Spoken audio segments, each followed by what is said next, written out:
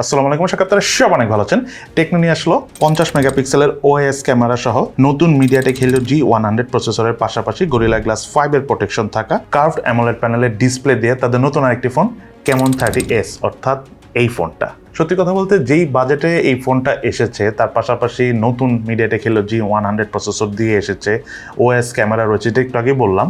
এই সব কিছুর বিবেচনায় ফোনটা আদৌ কি ভালো ফোন কিনা, অর্থাৎ কেনার মতো কিনা, তার সব কিছু নিয়ে আজকের ভিডিওতে ইন ডিটেলস আলোচনা করবো। সো চলুন তাহলে দেরি না করে শুরু করা যাক।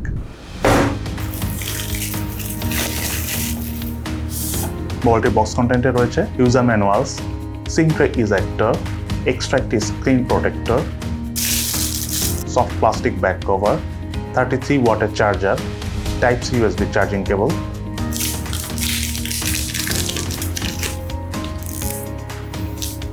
এবং Tecno Camon 30s মোবাইলটি। এই মোবাইলটার ডিজাইন এবং আউটলুকের কথা বলতে গেলে মোবাইলটার ফ্রেমটা হলো পলিকার্বনেটের তৈরি। ব্যাক প্যানেলে এক ধরনের গ্লাসের প্রোটেকশন রয়েছে, তবে সেটা গরিলা গ্লাসের প্রোটেকশন কিনা সেটা আমরা জানি না। তবে ডিসপ্লেতে রয়েছিল কর্নিং গরিলা গ্লাস 5 এর প্রোটেকশন। সেই সাথে ফোনটা ইন হ্যান্ড অর্থাৎ হাতে নিয়ে গ্রিপ করে আমাদের অনেক ভালো লেগেছে, এবং কার্ভ ডিসপ্লেটা সাইড থেকে দেখতেও বেশ চমৎকার লেগেছে। এবং ফোনটাতে রয়েছিল IP54 এর ওয়াটার এবং ডাস্ট রেসিস্ট্যান্স সার্টিফিকেশন, অর্থাৎ ধুলাবালি এবং বৃষ্টির পানি ছিটা ফোটা যদি একটু পানিতে পড়েও যায় সাথে সাথে তুলে ফেলেন তাতে এই ফোনটার কিছু হবে না। তার পাশাপাশি যেহেতু AMOLED display, for that reason ডিসপ্লেতে রয়েছিল ইন হ্যান্ড ফিঙ্গারপ্রিন্ট স্ক্যানার, এবং ফিঙ্গারপ্রিন্ট স্ক্যানারের পজিশন এবং তার পাশাপাশি ফিঙ্গারপ্রিন্ট স্ক্যানারটি টাচ করার সাথে সাথে যথেষ্ট ফাস্ট এবং স্মুথলি আনলক করছিল। এছাড়াও মোবাইলটিতে রয়েছিল ডুয়েল স্টেরিও স্পিকার। সাউন্ডের পারফরমেন্স আমাদের কাছে খুবই লাউড এবং খুবই ক্লিয়ার মনে হচ্ছে। বেইজ এবং ক্রিসপিনেসও যথেষ্ট ব্যালেন্স ছিল, আমরা সাউন্ড শুনে বেশ ভালোভাবে উপভোগ করেছি। তার পাশাপাশি এই ফোনটার ডিসপ্লে পিক ব্রাইটনেস হলো 1300 নিটস। ফর দ্যাট রিজন আমরা আউটডোরে কমফোর্টেবলভাবে ডে লাইট কন্ডিশনও ফোনটা ইউজ করতে পেরেছি, এবং কোনো ধরনের কোনো লো ব্রাইটনেস জনিত প্রবলেম আমরা এই ফোনটা ডিসপ্লে থেকে পাইনি। দেন এই মোবাইলটিতে রয়েছিল 5000 mAh ব্যাটারি, পাশাপাশি 33 ওয়াটের ফাস্ট চার্জার। ফোনটা খুব দ্রুতই চার্জ হয়ে যায়, অ্যারাউন্ড 1 ঘন্টার মধ্যে ফোনটা ফুল চার্জ করতে পেরেছে। এবং তার পাশাপাশি একবার চার্জ করার পর এই ফোনটার চার্জ ব্যাকআপ কিন্তু খুবই ভালো ছিল, অ্যারাউন্ড প্রায় 1.5 দিন থেকে কিছুটা বেশি চার্জ ব্যাকআপ পেয়েছি এত বড় ডিসপ্লে হবার পরেও। সেই সাথে ফোনটা যখন আমরা লং টাইম টানা ইউজ করেছি, স্পেশালি ভিডিও দেখেছি মোবাইল ডাটা ওয়াইফাই দিয়ে, তখন এই ফোনটার স্ক্রিন অন টাইম অর্থাৎ চার্জ ব্যাকআপ পেয়েছি প্রায় 6.5 ঘন্টার মতো। দেন এই মোবাইলটাতে অ্যান্ড্রয়েড 14 ভার্সনের পাশাপাশি ইউআই হিসাবে iOS 14.5 ভার্সন ইউআই রয়েছে, এবং সেই সাথে ফোনটাতে 8GB র্যামের পাশাপাশি 8GB ভার্চুয়াল র্যামও রয়েছে। এবং ফোনটার ইউআই যথেষ্ট বাটার স্মুথ এবং নিট অ্যান্ড ক্লিন পেয়েছি। টুকটাক কিছু ছোটোখাটো অ্যাপস বা গেমস রয়েছে, সেগুলো চলে আপনারা ধরে ধরে ডিলিট করে দিতে পারেন, কোনো প্রবলেম নেই। এবং তার পাশাপাশি একদম বাটার স্মুথ লেগেছে ইউআই থেকে। আর 8GB র্যাম থাকার কারণে অ্যাকচুয়ালি ইউআই থেকে কোনো প্রবলেম আমরা পাইও নাই। আরেকটা বিষয় হলো টেকনো বা এই ধরনের কোম্পানিগুলো আস্তে আস্তে কিন্তু অনেক আপডেট আনা স্টার্ট করেছে। ফর দ্যাট রিজন আপডেট নিয়ে আমি মনে করি যে এখন আর কমপ্লেন করার মতো কিছু নেই এই ফোনে। সেই সাথে এই ফোনটা যদি আমি ডাইমেনশনের কথা বলতে চাই, মোবাইলটার থিকনেস হলো 7.62 মিলিমিটার এবং ওয়েট হলো 180 গ্রাম। এবং ইন হ্যান্ড ফিলের কথা বলতে গেলে খুবই হালকা এবং খুবই পাতলা, ওয়েট ডিস্ট্রিবিউশনটা খুবই nice. For that reason single hand একদম কমফোর্টেবল ভাবে গ্রিপ করে ইউজ করা যায়। তবে যাদের হাত একটু ছোট তাদের হতে পারে যে 2 হাত দিয়ে ফোনটি ইউজ করতে হতে পারে। দেন মোবাইলটার রাইট সাইডে রয়েছিল ভলিউম রকার এবং পাওয়ার বাটন। মোবাইলটার লেফট সাইডে কিছু নেই। মোবাইলটার উপর অংশে রয়েছিল নয়েজ ক্যান্সেলেশন মাইক এবং স্পিকার। মোবাইলটার নিচের অংশে রয়েছিল main speaker, primary mic, Type-C USB charging port এবং সিম কার্ড ট্রে। এই মোবাইলটার রিয়ার প্যানেল রয়েছিল ট্রিপল ক্যামেরা সেটআপ, যার মেইন ক্যামেরাটা হলো 1.9 অ্যাপারচারের 50 মেগাপিক্সেলের ক্যামেরা, যাতে সেন্সর হিসাবে রয়েছিল সনির IMX এর 896 সেন্সরটি। দেন আইটি ক্যামেরা হলো 2 মেগাপিক্সেলের 2.4 অ্যাপারচারের ডেপথ সেন্সর ক্যামেরা, এবং সর্বশেষ ক্যামেরাটা হলো AI লেন্স। এবং এই মোবাইলের ক্যামেরা দিয়ে ছবি তোলার পারফরমেন্সের কথা যদি আমরা বলতে চাই, ডে লাইট কন্ডিশনে যথেষ্ট ভালো ছবি ওঠে। অবজেক্ট ফোকাসিং খুব ভালোভাবে করতে পারতেছিল, সেই সাথে পোর্ট্রেট মোডে যখন আমরা ছবি তুলেছি এজ ডিটেকশন এবং ডাইনামিক রেঞ্জ বেশ নাইসলি কভার করতেছিল। বাট একটা কথা যেটা হলো, কিছু কিছু ছবি তোলার সময় আমরা স্যাচুরেশনের একটু ঘাটতি দেখা পেয়েছি। আরেকটু ভাইব্রেন্ট ছবি উঠলে আরেকটু বেশি ভালো লাগতো এই ফোনটার মেইন ক্যামেরা দিয়ে তোলা ছবি কথাগুলো যদি বলি তাহলে। তার পাশাপাশি এই মোবাইলটা দিয়ে হাইস্ট 2K 30 FPS এ ভিডিও শুট করা যায়। 4K 30 FPS এ ভিডিও শুট করার অপশন থাকা উচিত ছিল, তার পাশাপাশি 2K 30 FPS আমরা ভিডিও শুট করেছি। ভিডিও পারফরমেন্স যথেষ্ট স্টেবল পেয়েছি বিকজ এটাতে ওএস ক্যামেরা রয়েছে। তবে 1080p 60 FPS এ আমরা বেশি ভালো পারফরমেন্স পেয়েছি ফোনটা দিয়ে ভিডিও শুট করে। তার পাশাপাশি এই মোবাইলটাতে আরো রয়েছে টাইম ল্যাপসে ভিডিও শুট করার পাশাপাশি ডুয়েল ভিডিও মোডে ভিডিও শুট করার সুবিধা। দেন এই মোবাইলটার ফ্রন্ট ফেসে রয়েছিল 13 মেগাপিক্সেলের সেলফি ক্যামেরা, আর সেলফি ক্যামেরা দিয়ে আমরা ডে লাইট কন্ডিশনে বেশ ভালো ছবি তুলতে পেরেছি। স্পেশালি দেখা গেল যে যখন আমরা একটু কালারফুল এরিয়াতে দাঁড়িয়ে ছবি তুলেছি তখন একটু বুস্টারও দেখা পেয়েছি। তবে কিছু কিছু সময় আমরা আবার একটু স্যাচুরেশন রেজলিউশনের ঘাটতির দেখা পেয়েছি। ওভারঅল সেলফি ক্যামেরাটা আরেকটু ভালো হলে আমাদের কাছে আরেকটু বেশি ভালো লাগতো, বা ব্যাকগ্রাউন্ড প্রসেসিং সিস্টেমটা যদি আরেকটু ইমপ্রুভ হতো তাহলে আরো বেশি ভালো লাগতো। তার পাশাপাশি এই মোবাইলটাতে ক্যামেরা টু এপিআই এর সাপোর্ট নেই, সো আপনি চাইলে ইন ফিউচারে এই মোবাইলটিতে ম্যানুয়াল ক্যামেরা অর্থাৎ জি ক্যাম ইউজ করতে পারবেন না।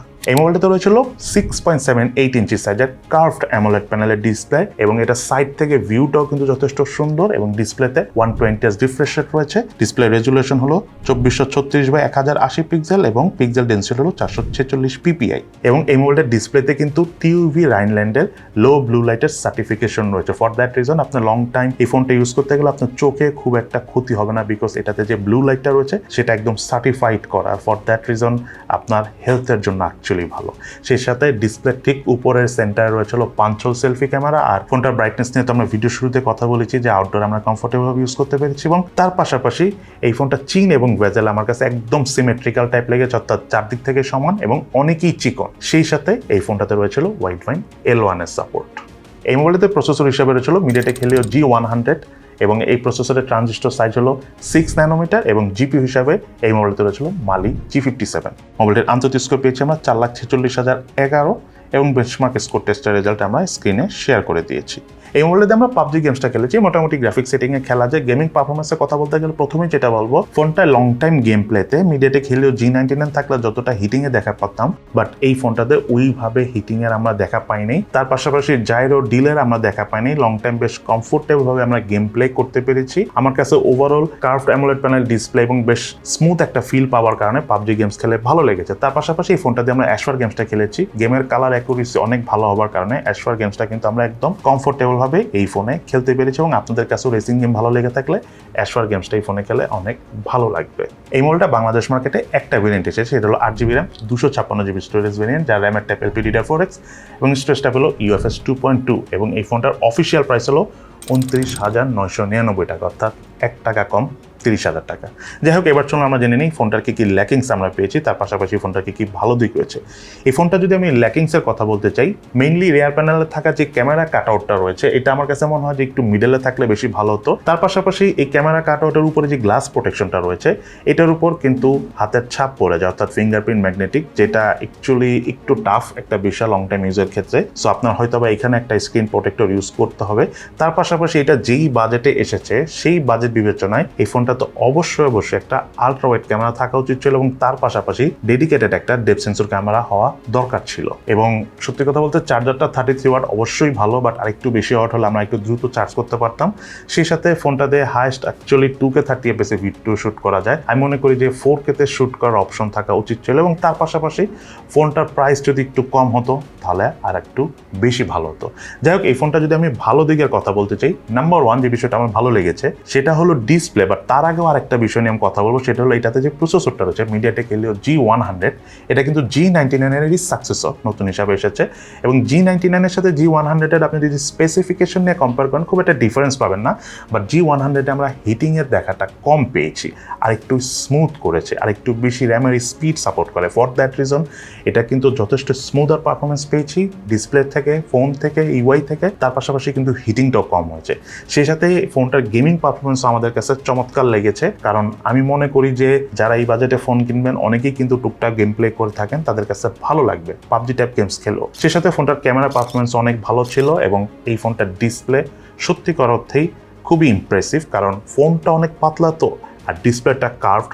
সো ইন হ্যান্ড গ্রিপ যেমন অনেক ভালো ছিল, অনেক স্মুথ একটা ফিলও পাওয়া যাচ্ছিল ডিসপ্লে ইউজ করে এই ফোনটাতে। তার পাশাপাশি এই ফোনটার চার্জ ব্যাকআপ আমরা যথেষ্ট ভালো পেয়েছি, এবং সত্যি কথা বলতে 33 ওয়াটের চার্জার নট ব্যাড। 45 বা 60 ওয়াট হলে একটু ভালো হতো, বাট খুব দ্রুতই কিন্তু চার্জ হয়ে যায়। আর ফোনটার ইউআই যথেষ্ট স্মুথ, তো একটা আননেসেসারি অ্যাপস আছে যেটা আমরা ভিডিওতেও বলেছি। এছাড়া আমরা কোনো প্রবলেম পাই নাই, আগের থেকে অনেক ইমপ্রুভ করছে টেকনো তাদের এই ফোনটাতে। এবং সেই সাথে যদি এই ফোনটা কাদের জন্য কেনা উচিত হবে সেটা নিয়ে যদি আমি কথা বলি, তার আগে একটা কথা বলে রাখি, এই ফোনটার স্পিকারের সাউন্ডও কিন্তু অনেক ভালো। যারা কন্টেন্ট ওয়াচ করেন তাদের কাছে অনেক ভালো লাগবে।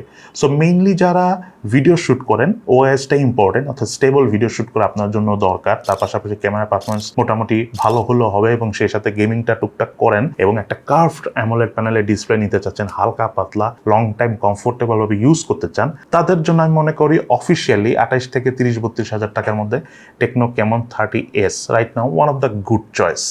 সো এই তাহলে আমাদের আজকের ভিডিও। কেমন লাগলো আপনাদের কাছে এই মোবাইলটি সেটা কিন্তু অবশ্যই ভিডিওর নিচে কমেন্টস করে জানাবেন। সবাই ভালো থাকেন, সুস্থ থাকেন, ইনশাআল্লাহ দেখা হবে ফিউচারে।